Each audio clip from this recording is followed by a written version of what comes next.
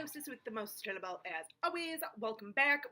So it is Monday. It is a brand new week and everything. And this week we are going to kick off the week with one of my personal favorites. I know it's very beloved among the horror community and everything. And I don't think I've ever actually done a review on this. I know I've mentioned this movie and moments of this movie on my channel, but I don't think I've ever actually done a full-fledged review.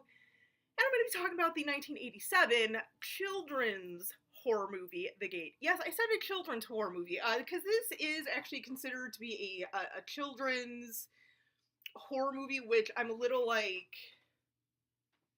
really? Kind of makes sense, though. Because the actors in here that the movie revolves around, pretty young. I mean, it's not like, a bunch of teenagers or anything. I mean, there's like one teenager, the sister Al, who's like 15, almost 16. She's like our oldest main character, I guess. The other two, Terry and Glenn, are like 12 or something.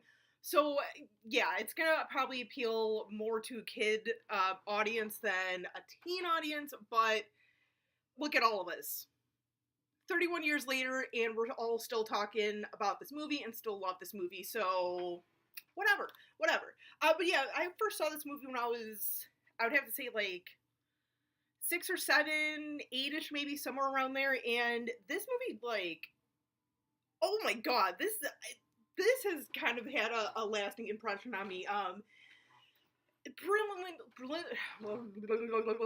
Brilliantly done movie. I mean, some of the imagery that they have in here, those sort of like dreamlike sequences, are done beautifully. To the special effects, I highly recommend you guys, if you have not already gotten this, get the Vestron video collector series, because the special features on here, like the way that they talk about, or the way they explain the special effects and everything, with like the little demons and everything, and like the forced perspective, and it's like, oh my god, like I have so much more of an appreciation for this movie, with like all the things that they did with this. Pretty especially for the time, like,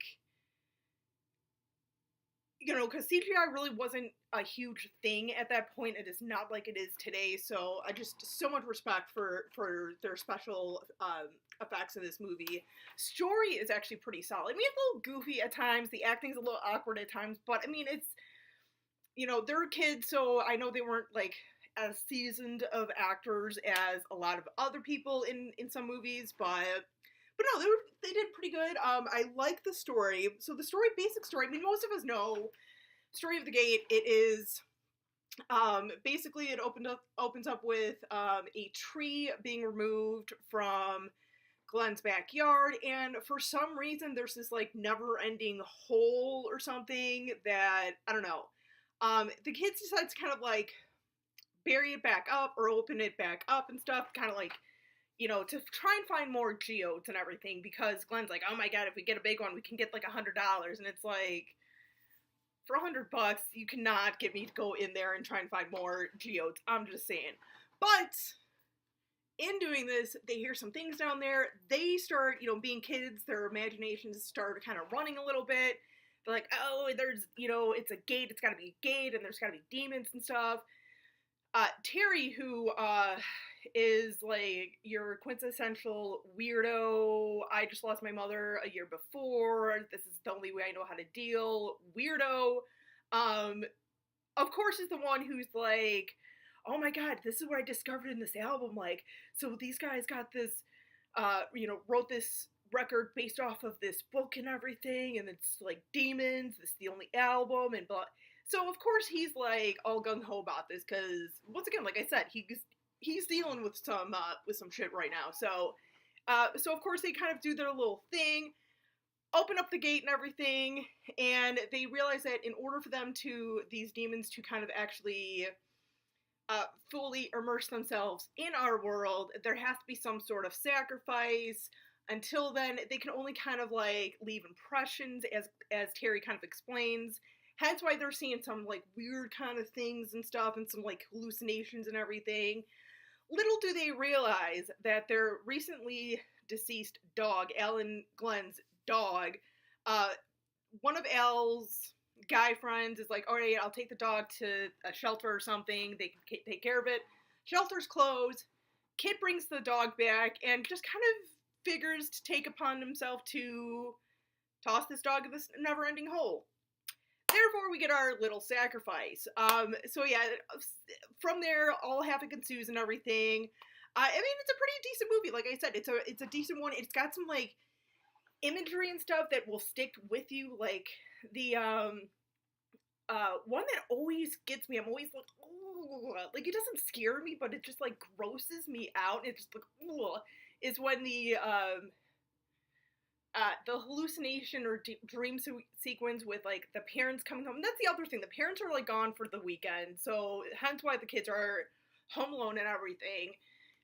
So like this little dream sequence, like the parents are home, and then like all of a sudden they start like talking this like evil voice, like you've been bad. And like Glenn for some reason like touches like his dad's face or something, and it just like caves in, and like all this gooey snot kind of like just pours out of his face. Like that's a pretty bad like allergy right there. I'm just saying. But yeah, so like this whole thing happens and everything. The minions and everything that are, I shouldn't say minions. These little like evil, whatever, like are terrorizing them.